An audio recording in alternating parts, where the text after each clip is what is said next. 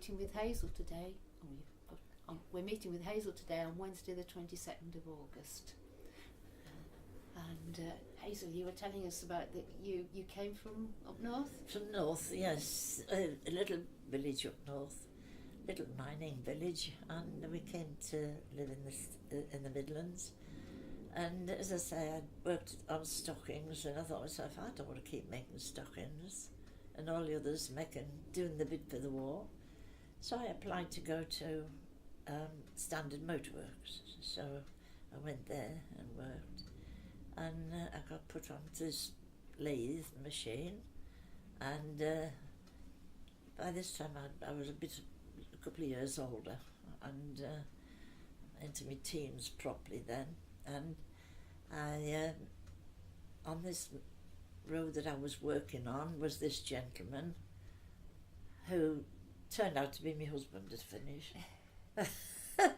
He was the boss of the line at the time. He was what we called the setter, and he asked me out, so we went out and we quartered from then on. But then somebody said to him, he had been in boys' navy, and he'd been discharged because of his ears. And somebody said to him at the factory, and I was there when the lady said it, I'm surprised you're not doing your bit for the war in the forces. And it really cut him up. And because he had been turned down, because he applied, and because he'd been discharged once, they didn't give him the back in. Anyway, he went to Nuneaton and to the enrolment shop place in Nuneaton. And when they asked him if he'd been in the forces before, he said no. And within 3 weeks he was in the Navy, of which he was absolutely thrilled. And we passed letters backwards and forwards. My letters were always blanked out, Yeah. A lot of them, and they used to get one back, and they used to be Dearest Hazel, blank, blank, blank, and all this sort of thing. And we courted for a long time, and then he went to a job in Scotland with the Navy. He was an engineer and in the boatyard there, looking after the boats, the engines, and the motorboats that they used to use. And he worked there for a long time. And when he came home once, by this time the war was carrying on, and I was 18, and he wanted to get married then because he knew he was going on the Russian convoys, and he wanted to get married before he went on them. And my dad said I was a bit young, but they gave in. I got married, and I had a few days off work and went up to Scotland to where he was. He was in the naval headquarters, but he was allowed out at nights into these digs where I was. And then he went on this convoy, and I never heard anything more from him for nearly a year. And because there was no letters backwards and forwards on that. Did you return home while he was away? Pardon? Did you return home? Yes, yes, he came back, and then he got demobbed, and then we were living with Mum at the time. But we heard about this squatting business. I don't know whether you heard of the squatters. Well, in Coventry there was lots of places where people hadn't got like we hadn't got a home. We used to go and squat in these places and make them into homes. So we decided to squat. And it was on 2 huts on Foles Hill Road. And when you squatted, you sat on the doorstep and you sort of sat there defying everybody, as much as said, this is going to be my home. And a police car pulled in, And he said, what are you doing here? I says, we're squatting. He says, well, do you know you're squatting on police premises? So I says, no, I didn't. He said, have you broken any doors or I said, no, we hadn't broken any locks or anything. He says, well, between you and me, he said, I can tell that there was a fellow in Coventry called the Squatter King. He says, I can tell you where the Squatter King is going to move next. And he says, that's at Tile Hill Hostels. It was like a village of huts where munition workers and all that came into the town went to live. But they'd all left and the place was empty. And the squatter, we went up to, my sister and I went up to there, and we went into the buildings, and there was this centre building and then the long corridors off them, like hostels were, and we decided to squat in the centre building. My sister squatted in the place opposite. She was in N block and I was in N block at the time. And we squatted there we made it into our home. We decorated, we knocked holes through walls, made doorways, and really had a nice little place there.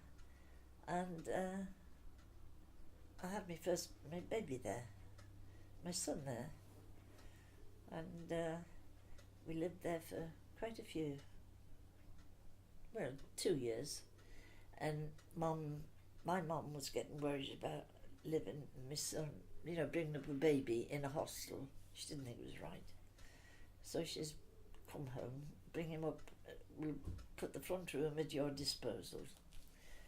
So we came back home to Mum, and I put my name down at the Nuneaton Council House for a house in Nuneaton. And in 1952, we got a council house on Camphill Estate. And I lived there until 1977. And I loved it. It was a great place. I had a happy house, and as I say, the church was opposite, the club was opposite, and we were socialisers anyway. My husband and I, we loved parties, like I was telling Jane. We always liked parties, or giving parties, or just meeting people. And we did quite a few parties in Camphill. And we invited the neighbours as well, straight away. And then we went to live on Watling Street. It was a nice place. There were some nice people up there, but it wasn't as noisy when we went as where it is now. Yeah. And we enjoyed living up there, but as the time went on, my husband's health deteriorated, and he got macular degeneration, and he also had prostate cancer. And luckily I used to do the driving, so we were all right.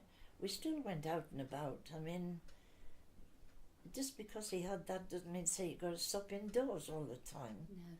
I used to take him out. We used to go back up to the naval reunions, and we had some happy times up at Morecambe. We used to go for them, and Scarborough. We used to go for these naval reunions. And then his sight really deteriorated, and St Dunstan's accepted him as a blind person, and they said they would give us a holiday there if we wanted to go. So I drove down to just outside Brighton, and we had a week at St Dunstan's home. And I was amazed at what they do, because he couldn't see very well, and yet they took him to the archery. And I thought, blimey, the folks better keep out the way here, can't see. And apparently they had, when they pulled it back like that, something on the arrow, they could hear it.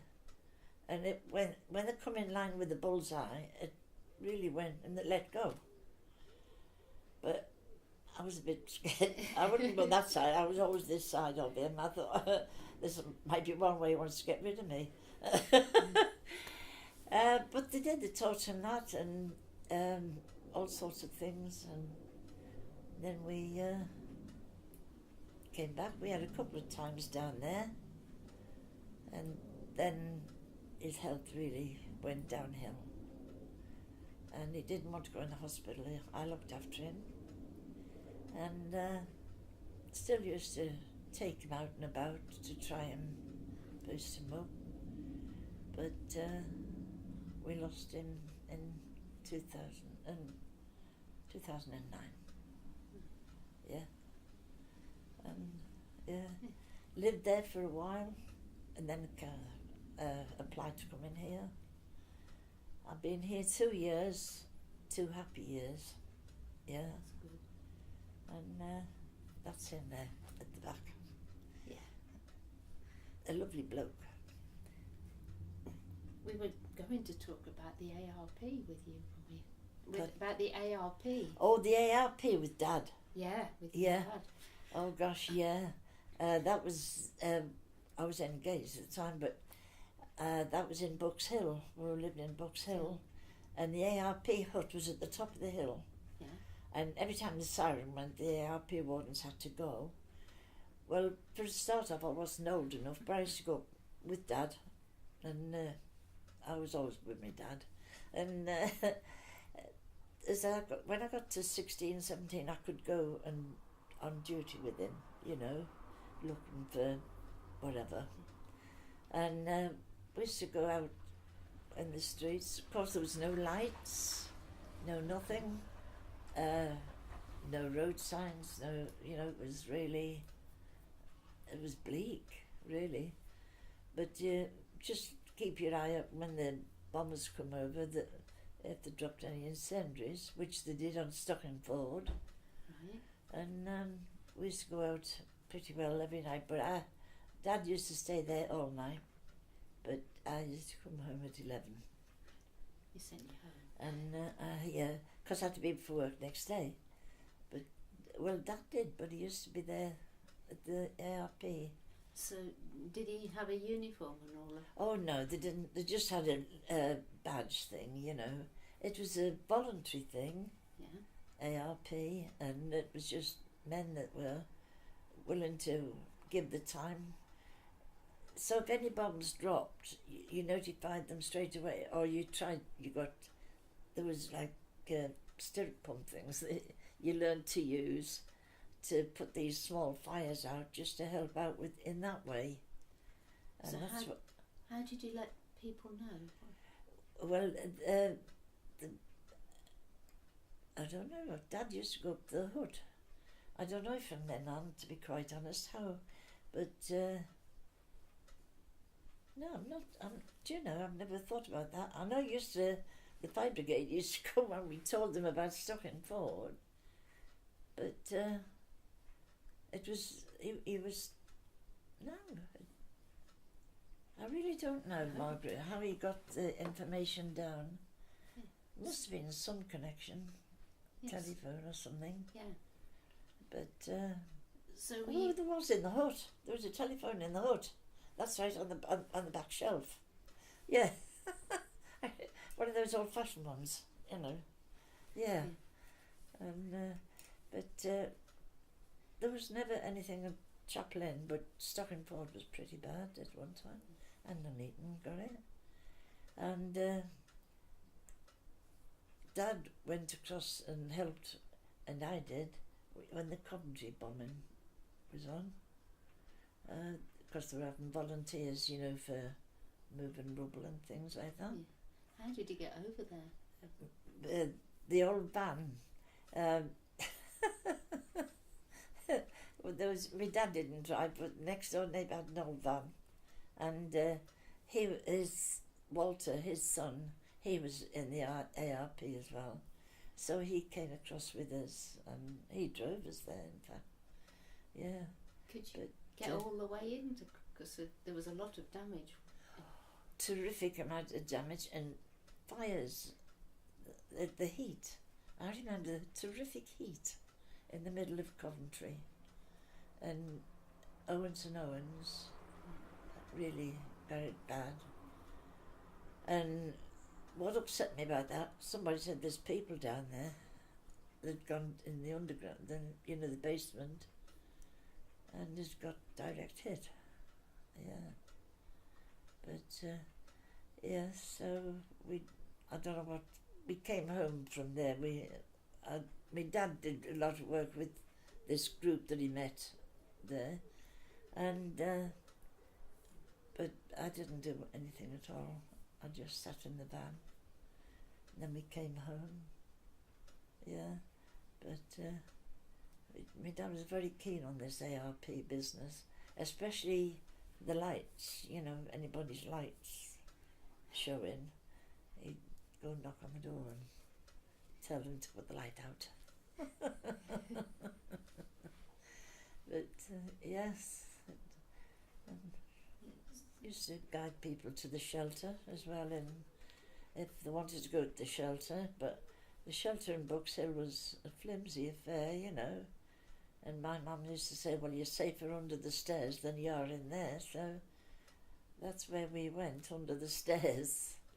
Was it a big shelter then?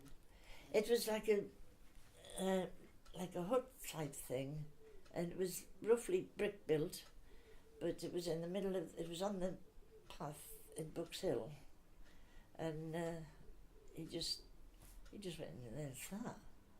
That's all it was. I mean, I just don't know what good it was, really. And it went shortly after that, so I don't think it was any good, because I don't think anybody used to use it.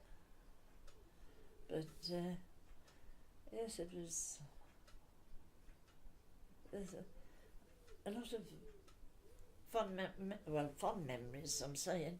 A lot of memories, wartime memories of Box Hill, and how we used to notify each other when Jepson's got a bit of sausage in, and because the rations were so meagre, really. And somebody used to say, Jepson's down the town's having some sausage in later on. Gosh, I couldn't get down there quick enough. I used to get on my bike and go down, because I wouldn't wait for the bus. And I used to go, we used to stand in a queue a mile long for a pound of sausages. Yeah. Yes, but yeah. Nuneaton people got together a lot during the war, helping each other. There were, I thought so anyway. There was a lot of good people in Nuneaton. Yeah. Did you have social events then? Or were you just helping each other with the shopping and things? Well, used to help each other with shopping, and if anybody had queuing up, I used to stand in the queue for them, especially if they were pregnant and things like that, little things that meant a lot, really. Because I used to stand in the queue for all sorts of things. Cigarettes. What was the name of the place in this town in Bond Gate that used to sell cigarettes? And they used to sell them on a Saturday morning, and they used to queue up for them. Well, people that smoked, we used to go down, because I smoked at the time, we used to go down and queue up for cigarettes. And then I'd queue up again the next time for my neighbour who was pregnant, and very pregnant. And she smoked, and Lil, and I used to queue up for her. Things like that. I think it was just, just neighbourly. Yeah. You just did it for your neighbours. Yeah. You mostly go down in the bus? Was a bus transport? Were there many cars and things? There wasn't many cars about, no.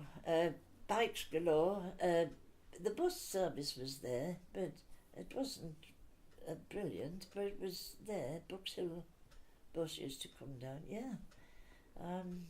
But it used to finish early, very early, because when we used to go dancing at the car park, we always had to walk home from there because there was no transport at all, and it didn't finish till 10, 11 o'clock. And we all used to walk home in a big gang, you know. And we used to go to Galley Common and do the same thing. Go to the dance there at Galley Common. And we all used to walk home in a big long line across the road. Singing our heads off, coming home. Yeah, that was wartime. Yeah. Yeah. Did you have any brothers and sisters? I've got 3 sisters, yeah. And were they younger than you, or what? One was older, and she was in the ATS. One was younger, and one was born during the war.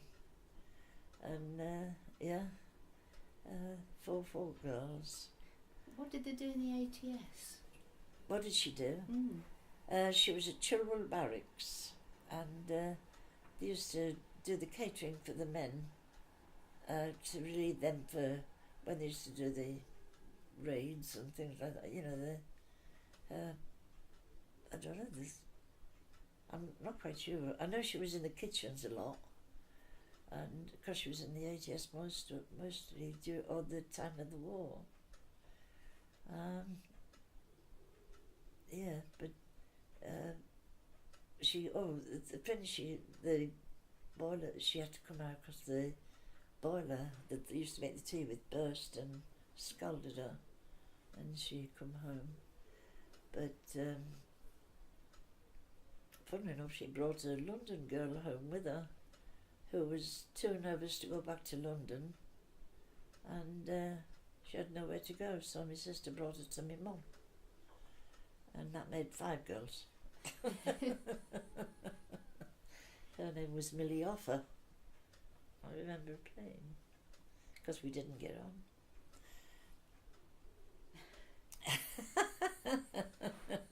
I won't say why.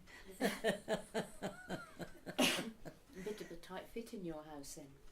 It was a tight fit, yes, because there was only 2 bedrooms in the front room, and we had to turn the front room into a bedroom because there was so many of it.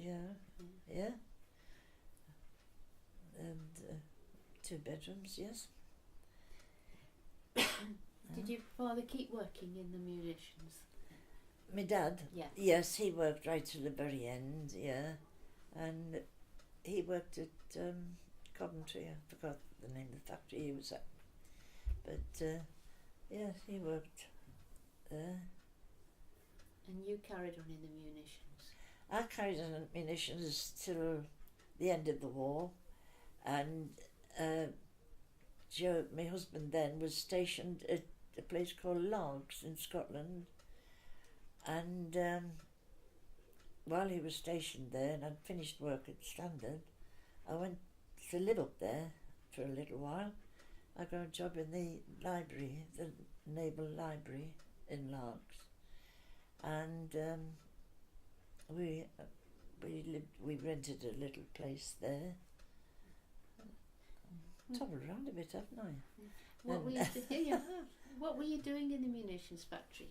In the munitions factory, yeah. I was on a lathe, a big lathe, yeah. And I used to turn a wheel off, and it had like 2 little horns on it, and it was something for the bomb, a part of a bomb, and it was I used to do it, and all the suds and everything used to come onto it, and yeah, it was good work. It was good. That I enjoyed that. Yeah. Did you get quite dirty or? Oh gosh, yeah. And you these suds that they put on because the suds are running all the time when your tools are cutting the steel, and that used to splash, and and the suds used to smell awful. You couldn't wait to get home, get your clothes off, and get a shower. But yeah, we worked there all during the war. after, yeah. Then, as I say, they went up to Scotland and then came back to Nuneaton and my husband got discharged. Then we squatted. Yeah. Yeah. So, you went with your father on the ARP? Ah, yes. Were any other girls there? No. Or any other children? I mean. No. I don't think I was supposed to be there really, because you had to be 17 to be in ARP, and I wasn't quite 17.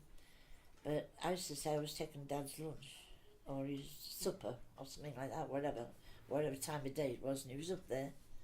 And then they all accepted me. There was three wardens at a time, and they always, said I was okay there. Yeah, they accepted me. Was it an open place or were you inside? What, the hut? Yeah. It was a wooden hut, and it was up by the Chapel End Grand, by the picture house there. Yeah. And it was sort of connected to, I don't know how, somehow it seemed to be connected to the Grand somehow, as far as I can remember.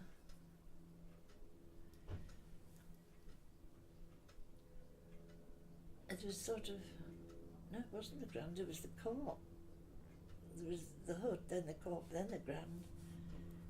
We were sort of built on the end of it was put on the end of a building, because the wires were coming through for the telephone. Yeah. So it must have been the Co-op, yeah. And it wasn't very big, but there was a bunk in there, and like a desk thing, and chairs, fold-up chairs. I remember them, they weren't very comfortable. Yeah, but that's all. It used to be very cold, ever so cold at nights. Yeah, in the winter, because there's no heating in there. Used to have to wrap up. Yeah, but yes, it was. So was it kind of a lookout? No, it was just like an ordinary garden hut. Right. They had to do so many. They used to walk out and round in turn. If the siren sounded, they were all out, walking around, making sure there was no incendiaries dropped and things like that. But if it wasn't, they used to, two used to stay in and one used to go around. Yeah, but it was more or less to look out for incendiaries that the ARP wardens were there. Yeah. Yeah. And because if they dropped on people's houses, if they got straight away, you could perhaps save the house, because these stirrup pumps, a bit manly and a bit heavy, but. Did they have a whistle or something like that? Did they have a whistle or something like that? A whistle? Yeah, when they found something. Yeah, they did. Yeah, they did. They did have whistles, and but I can't remember one being used. Not while I was there, anyway. But must have used them. But because at Stockenford there was quite a lot of incendiaries dropped there, and somehow, I don't know how, but somehow the fire service seemed to be there very quick. So I don't know how that happened, but at the time, I wasn't inquisitive. I just used to accept things. But yeah, it was. Yeah.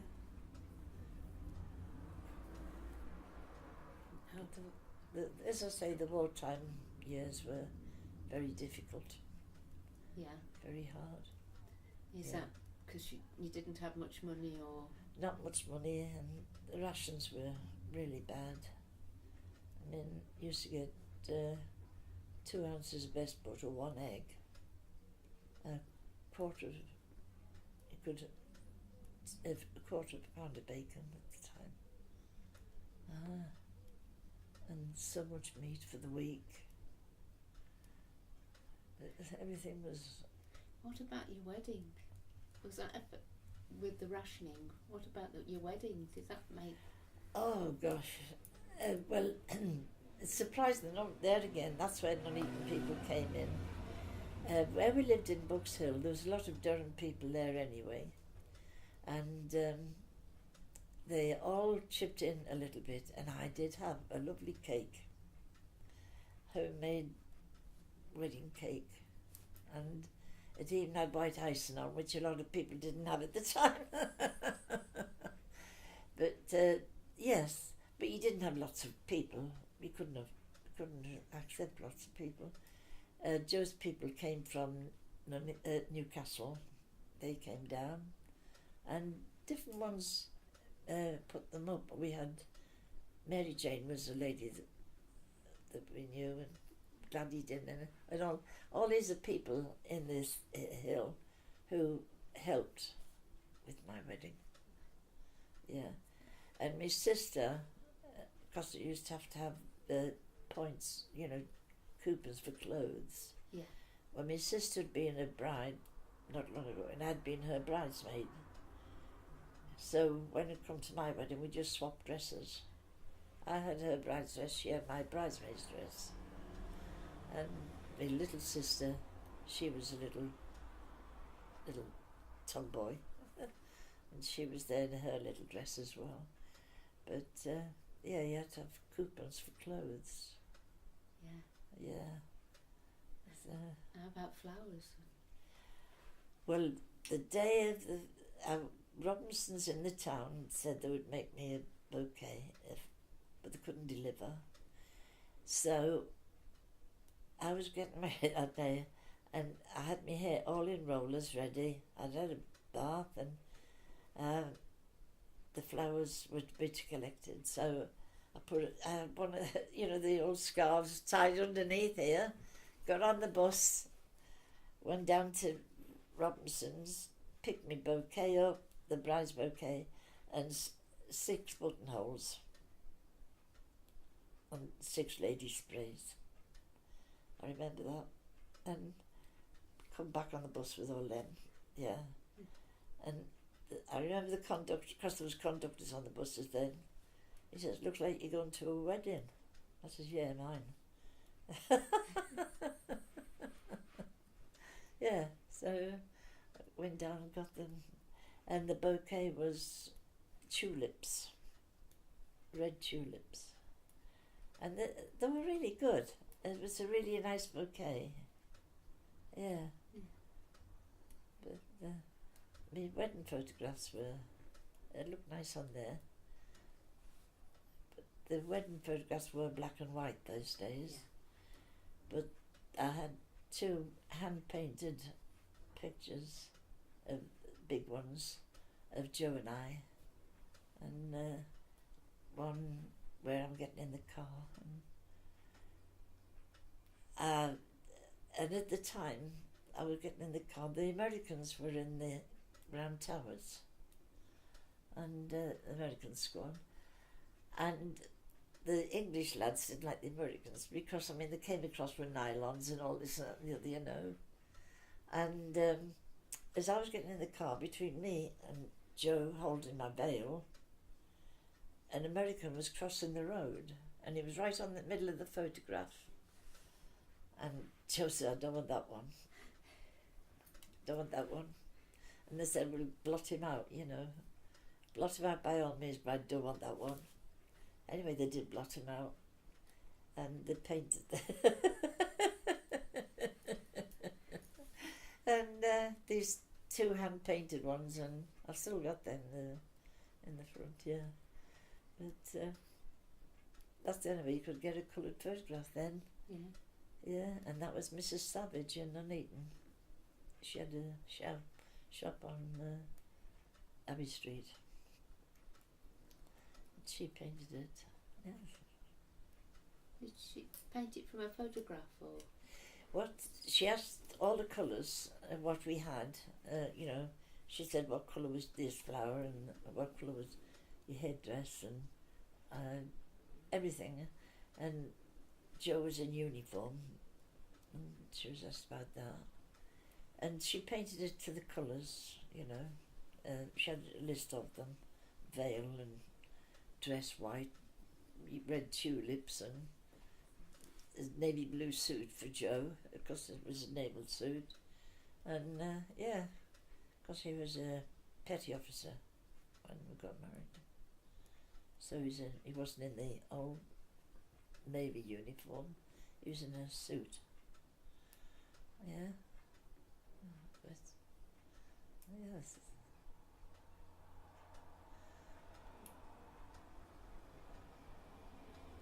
Yes, because your dad and all the family would have to be dressed up as well, wouldn't they? Pardon? The dad and all your family would have to be dressed up as well. Oh yes, yeah, Dad. I think that, you know, a lot of clothes were washed and pressed and done up because they just didn't have the coupons to go and buy. No. I mean, a dress was quite a few coupons at the time. Yeah. And if people had spent the coupons, that was it. Yeah. Yeah, you couldn't. Yeah. Mind, there was a lot of black market going off. Was there? Yeah. I'm mentioning no names, but the bloke next door but one was in the black market. Used to get a lot of underwear and things like that, you know. And stockings, used to get nylons. And I used to buy in the black market. My underwear was all the black market stuff. Yeah. But you used to get some lovely underwear. I don't know where you got it from, but I didn't query. I just bought it. Useful. Yes, so... You did food or anything like that, or is it just... Food, there was black marketing going off, but I didn't see much of it because people were, I mean, the rationing was so sparse. It took all that. I couldn't see people parting with it.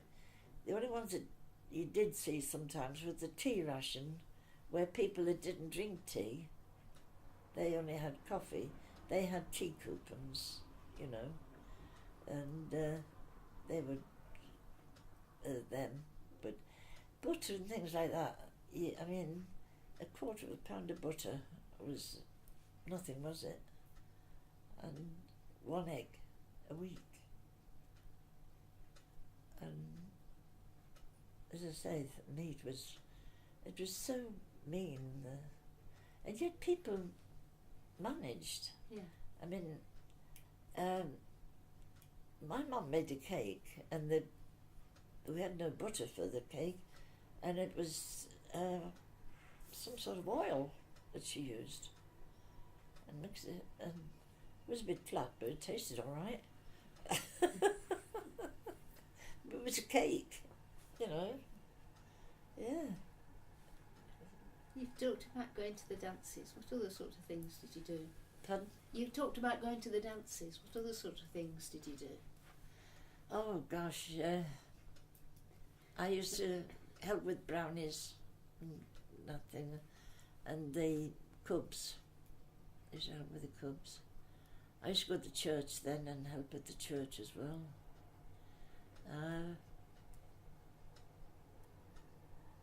Apart from that,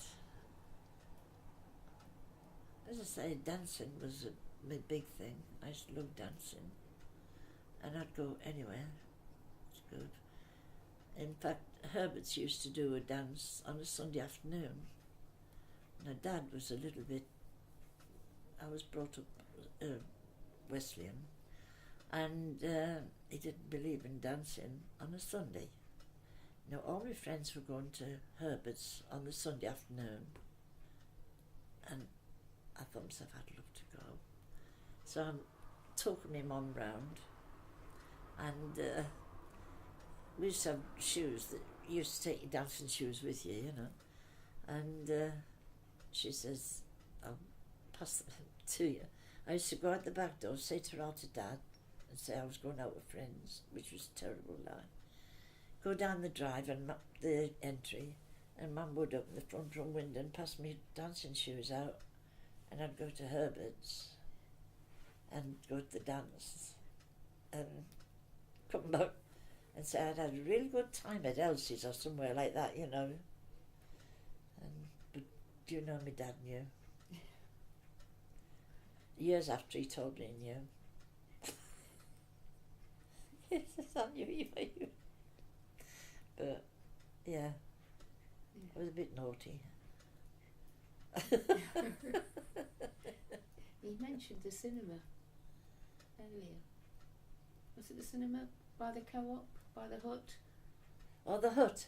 You said there was a picture house or a cinema? At the Grand Cinema, it was called the Grand, at Chapel End. Yeah. I don't know if it's still there or not now. It's the Bingo Hall or something. Could be. But we used to go there because Larry Grayson used to go. He used to stand in the queue because we used to queue to go in, and he's been in the queue many times. Yeah, we all used to queue to go in there. Yeah. Two bob to go in the posh end. A posh end and another posh end. What was the other? £6 the other one, which we often end up in. Yeah. Yeah, the Grand at Chapel End. It's used to have all the old pictures and that on, you know. But when the sirens went, of course, everything closed down. And that was it. That was the end of your night. You had to get out, and then you had to get home as quick as possible. Yeah, because they weren't allowed the lights or anything. I mean, there was no lights coming out the place anyway, but they weren't allowed to have us all there with the sirens going. But not often the sirens went that early. Usually late. Sirens. Yeah. So when the sirens went, what did you do? I mean, well, you had to just stayed in. There's nothing like you could do. As I say, the ARP wardens used to be out and about, and but families just stayed indoors and just take shelter if there was bombs dropping, and the shelter was underneath the stairs mostly. right.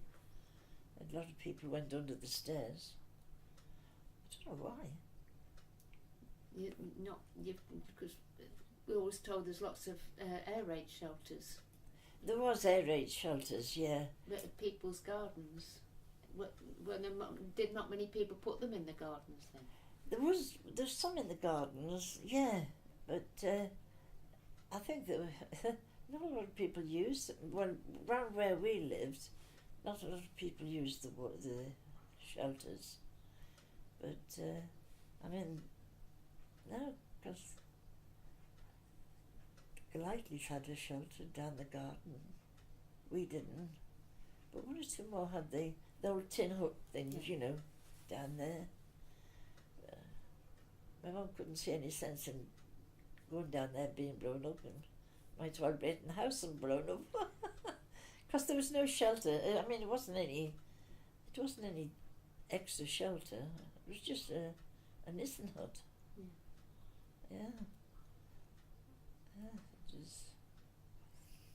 Who did the sirens then? I mean, when the siren went, were they local, the siren? Well, you could hear them all over Nuneaton. I don't know where the sirens were, you know, in Nuneaton, but they were very loud, really, really loud. And no matter where you were in Nuneaton, you'd hear the sirens going. And they used to wail, you know, it used to go up and down, wailing, horrible.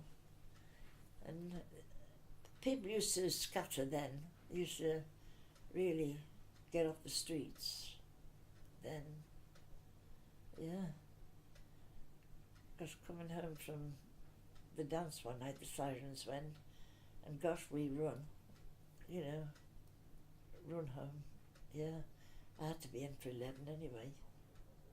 My dad was, yeah. Dance finishes at 10:30, so he gave me enough time to get changed out of my dancing shoes and walk home from Ballycommon. And he reckoned that time I should be in the house by 11. Well, you know what it's like. You were larking about and one thing and another. And Walter was the young lad next door. And he used to come to the dance as well. And then he'd say, your dad will be out just now. And he used to run me home. All the others used to run, but Walter would get hold of me and we'd run like heck to get up for 11 o'clock. Quite strict.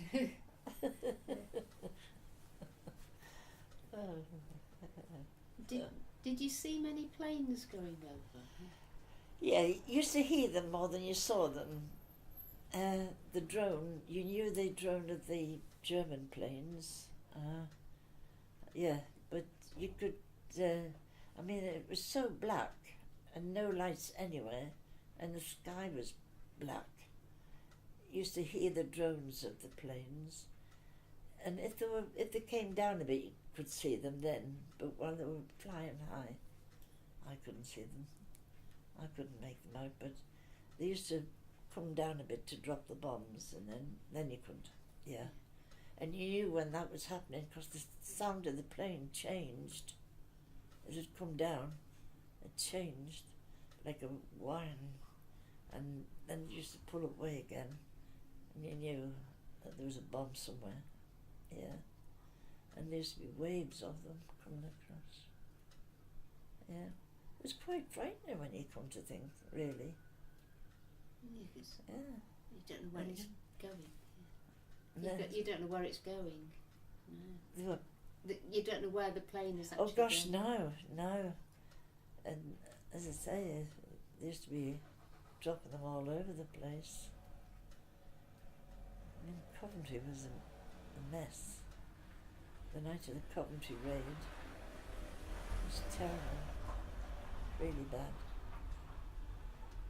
It was horrible to look at. Yeah. Yeah, it was horrible to look at. Yeah. Were there lots of fires? Were there lots of fires? Oh gosh, yeah.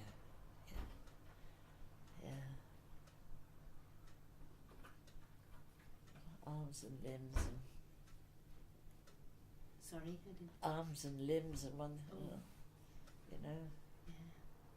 Yeah. Yeah, that wasn't nice. That. It was one day you didn't really want to be with your dad.